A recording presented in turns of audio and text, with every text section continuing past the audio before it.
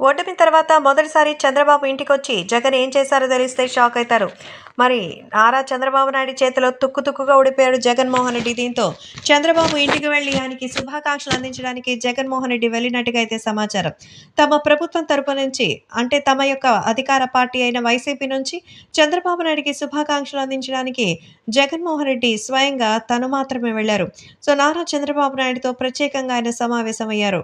గతంలో జరిగినటువంటి వాటిని పక్కన పెట్టి రాష్ట్రంలో మరి ఇప్పుడు పరిపాలన సుఖవంతంగా జరగాలని, అలాగే రాష్ట్రంలో చాలా చోట్ల టీడీపీ అలాగే ఇంకా వైసీపీ కార్యకర్తలు గొడవలు పడుతున్నారు. వాటిని కంట్రోల్ చేయాలని జగన్మోహన్ రెడ్డి చంద్రబాబుని కోరినట్టుగా అయితే సమాచారం. అప్పుడు జరిగినప్పుడు ప్రతి ఒక్క చోట ఎన్టీఆర్ విగ్రహాలు బద్దలయ్యేవి. అన్నా క్యాంటీన్లకి నిప్పు పెట్టడాలు, అలాగే బద్దలు కొట్టడాలు, స్టేజ్‌ల్ని కూలదోయడాలు లాంటివి చేశారు. మర్డర్‌లు చేసి ఇంటికి డోర్ డెలివరీలు చేశారు. ఇలాంటి అరాచకాలు చేసినప్పుడు మరి కుయ్యో మొర్రో అన్నటువంటి చంద్రబాబు నాయుడిని సైతం జైల్లో వేసి ఆయన్ని కూడా ఇబ్బందిని పాలు చేశారు.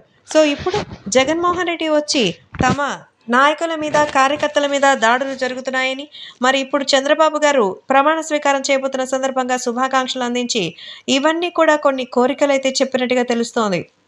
మొత్తానికి జగన్మోహన్ రెడ్డి గారి పరిస్థితి ఇప్పుడు యూటర్న్ తీసుకోవడంతో చంద్రబాబు నాయుడు కూడా ఎలాంటి రాగద్వేషాలకు పోకుండా చాలా ఓపికగా జగన్మోహన్ రెడ్డివని విన్నట్టుగా తెలుస్తోంది. అంతేకాకుండా కార్యకర్తలకు కూడా ఆయన ఎలాంటి గొడవలు చేయకూడదని టీడీపీ నాయకులకు పిలుపునిచ్చారట చంద్రబాబు.